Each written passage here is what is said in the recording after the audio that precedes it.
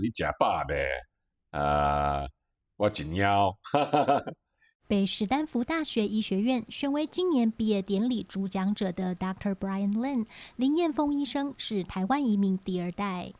我是医生，所以讲的是医生的问题病人的问题，前列腺、甲状腺、心脏病、糖尿病，我知道怎么说，可是别的比较普通的不会讲的。林医生除了在史丹福大学和同事共同创立了 CARE 亚裔健康研究与教育中心等成就，在被诊断出末期肺癌后，致力分享自己从医生到病患抗癌的历程，希望鼓励更多人投入癌症研究，更感动了全美甚至全球社区，包括《纽约时报》等都报道了林医生的故事。I was born in Tennessee, in Chattanooga, Tennessee.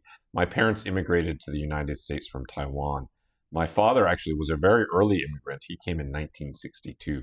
There were still a lot of quotas on people immigrating to the U.S. from Asia at that time. Even though the Chinese Exclusion Act was repealed, it wasn't really opened up until 1965.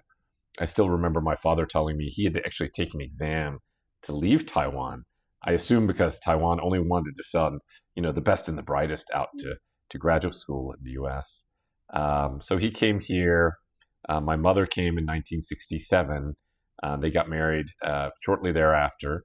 And my sister was born, then my brother was born, and then I was born in the early 70s in Chattanooga. And growing up in Chattanooga as an Asian American is definitely different than growing up in California. There's not too many Asians in Chattanooga, especially when I was growing up.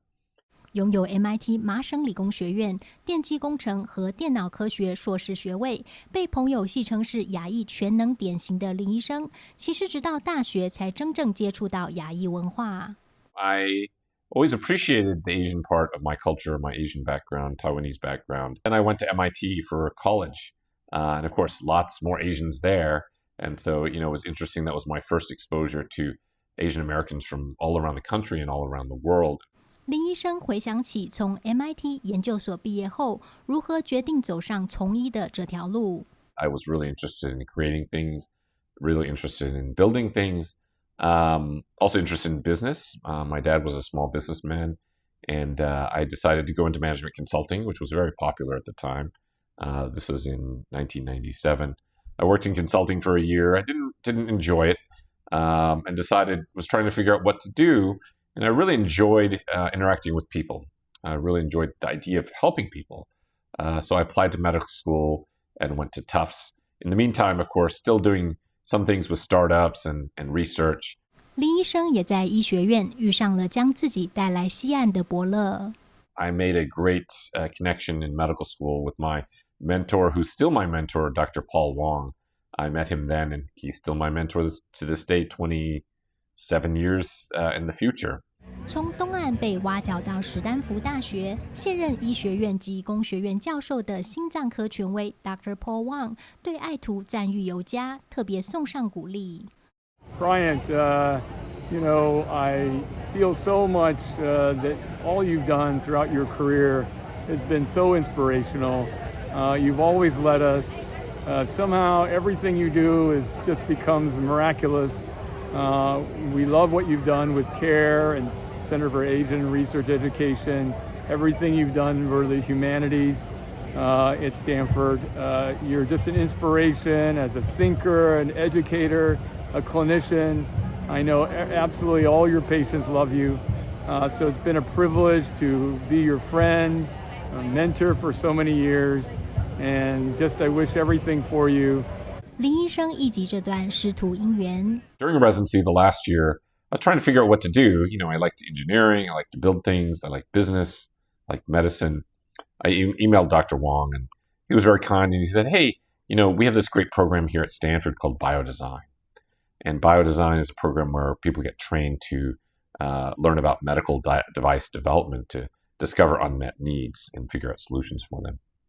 And it was great. I came out here to visit. I loved it.I decided to join Dr. Wong for a year as a biodesign fellow and his postdoctoral fellow.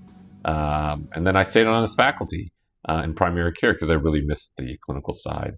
也因落脚湾区行医后，林医生看到亚裔病患包括对痛风药可能出现特定副作用等的不同需要。Seeing patients here, was incredible because we have so many Asian patients in the Bay Area. 30% of the Bay Area is Asian. 受到湾区亚裔病患的启发，林医生2018年和同事在史丹福大学成立了 CARE 亚裔健康研究与教育中心，聚焦全球亚裔健康。没想到自己却成了当年奔走募款非吸烟者罹患肺癌的指标性人物。Lung cancer, non-smokers, never smoker Asians was always a priority area of ours. Ironically, before I was ever diagnosed, and of course, I became a poster child for the disease. 接下来几周，我们会继续为您介绍林医生的故事，包括医生如何发现罹患末期肺癌以及治疗的过程。